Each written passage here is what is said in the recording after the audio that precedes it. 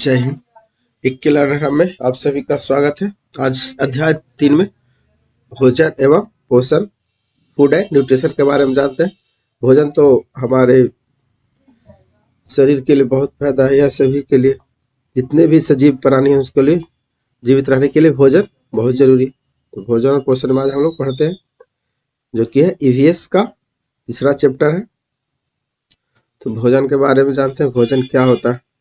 तो पृथ्वी के जितने भी सजीव प्राणी हैं उनको जीवित रहने के लिए क्या होता है, ऊर्जा की आवश्यकता होती है। तो उनको यह ऊर्जा कहाँ, भोजन से ही प्राप्त होती है। इस प्रकार यह कहा जाता है कि भोजन जो कि फूड एक वह खाद्य पदार्थ है जो जीवों को ऊर्जा प्रदान करता है, और पृथ्वी पर भोजन निर्माण का प्राथमिक कार्य पौधे द्वारा किया जाता है, जिस पर सभी प्राणी प्रत्यक्ष और परोक्ष रूप से निर्भर होते हैं। यही है। फूड डिक्शनरी के अनुसार वह पौष्टिक पदार्थ है जो किसी जीव के शरीर में गृहीत और शोषित होकर उसकी वृद्धि का कार्य टूट फूट से मरम्मत और जीवित रहने की विभिन्न क्रियाओं को संचालित करता भोजन कहलाता है। मनुष्य जो भोजन ग्रहण करते हैं उनसे उन्हें विभिन्न शारीरिक क्रियाओं के लिए ऊर्जा प्राप्त होती है। शारीरिक क्रियाओं में सांस लेना, चलना, उठना, दौड़ना, बैठना आदि होता है, सम्मिलित होता है। उसके बाद है खाद्य पदार्थ और उनके स्रोत। तो खाद्य पदार्थ के क्या क्या स्रोत है जो देखते हैं। तो खाद्य पदार्थ को उनके स्रोतों के आधार पर दो भागों में विभाजित किया गया है। तो दो भाग कौन कौन सा है, एक है पादप उत्पाद, पहला है पादप उत्पाद और दूसरा जंतु उत्पाद। तो पादप उत्पाद में पढ़ते हैं क्या है। तो पादप उत्पाद के जो प्रकार के पौधे, उत्पाद के पेड़ पौधे होते हैं उसमें विभिन्न प्रकार के वनस्पतियों से प्राप्त होते हैं। इनके कुछ उदाहरण है, जैसे फल। फल क्या है, रसदार फल में सेब हो गया, आम हो गया, संतरा, अंगूर, अनार आदि हो गया। और शुष्क फल में कौन कौन आएगा, काजू, बादाम, किशमिश, अखरोट। ये सब क्वेश्चन आते रहता है, इसमें के बारे में जानिए थोड़ा थोड़ा। उसके बाद है सब्जियां। सब्जियां में आलू, प्याज, मूली, भिंडी, करेला, फूलगोभी, बैगन, कद्दू इत्यादि होगा। साग में पालक, मेथी, सोया, बथुआ, सरसों इसमें होगा साग में। अनाज के रूप में कौन कौन, गेहूं, धान, गेहूं, जौ, बाजरा, मकई। और दाल में कौन कौन होगा, अरहर, मूंग के दाल, चना के दाल, उड़द, मसूर ये इसमें होगा दाल में।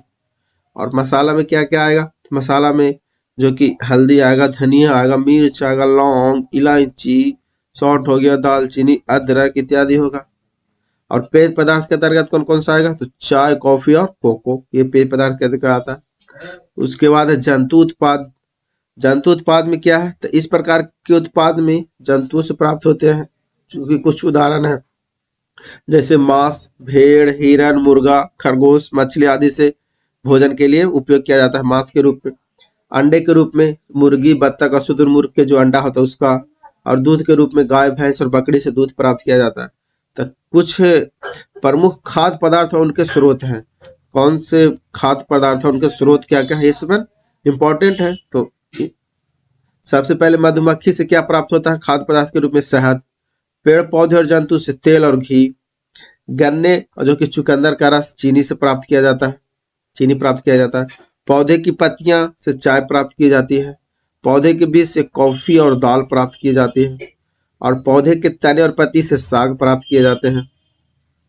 और जानते हैं हम लोग खाद्य पदार्थ और उनके अवयव।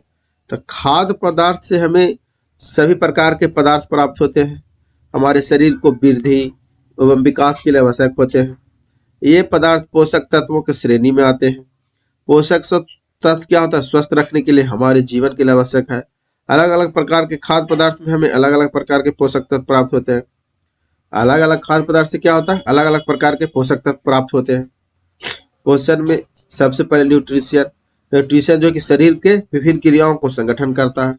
जैसे जितना भी शरीर में अंदर क्रिया हो रही है सबको पोषण के द्वारा ही शरीर को संगठन करता है, एक साथ जोड़ के रखता है, जिसके द्वारा जीवित प्राणी ऐसे पदार्थों को ग्रहण करते हैं जो शरीर के विभिन्न कार्यों को नियंत्रित करता है, वृद्धि करते हैं और शरीर टूट फूट की मरम्मत करते हैं। इन्हें पोषण न्यूट्रिशन कहते हैं।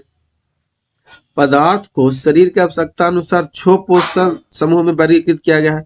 कौन कौन 6 पोषण क्या क्या, ये याद करने लायक है। तो कार्बोहाइड्रेट है, प्रोटीन है, वसा है, विटामिन है, खनिज लवण और जल। ये क्षोभ पदार्थ के शरीर के लिए जो आवश्यकता पोषक तत्व है वो याद करना बहुत जरूरी है। तो सबसे पहले क्या, कार्बोहाइड्रेट, प्रोटीन, वसा, विटामिन, खनिज लवण और जल। ये उसके बाद है पोषक तत्व समूहों को समानता बृहद माइक्रो न्यूट्रिशन पोषक तत्वों के सूक्ष्म पोषक तत्व में विभाजित किया गया। एक है माइक्रो न्यूट्रिशन और एक माइक्रो न्यूट्रिशन। बृहद पोषक तत्व आहार और ऊर्जा की आपूर्ति करने के लिए साथ साथ शरीर के विकास एवं उनके विभिन्न क्रियाकलापों के लिए आवश्यक होता है, जो कि पोषक तत्व बनाते हैं, जिसमें कार्बोहाइड्रेट, वसा, प्रोटीन, सूक्ष्म खनिज तत्व, पानी बृहद पोषक तत्व के अंतर्गत आते हैं। बृहद पोषक तत्व के माइक्रो न्यूट्रिशन के अंतर्गत कौन कौन आता है, तो वसा, प्रोटीन, कार्बोहाइड्रेट, सूक्ष्म खनिज और पानी सब बृहद पोषक तत्व के अंतर्गत आते हैं। और सूक्ष्म माइक्रो में आता है सूक्ष्म पोषक तत्वों विटामिन में जल, वसा और दोनों में घुलनशील होते हैं। आवश्यक सूक्ष्म खनिज तत्वों को शामिल किया जाता है। इन पौष्टिक तत्वों की पर्याप्त आपूर्ति अच्छे स्वास्थ्य, कार्यात्मक दक्षता एवं उत्पादन के लिए बुनियादी मूलभूत आवश्यकता होती है। तो आज इतना ही, कल इसके आगे हम लोग पढ़ेंगे। वीडियो अच्छी लगी तो लाइक करें, चैनल को सब्सक्राइब करना ना भूलें।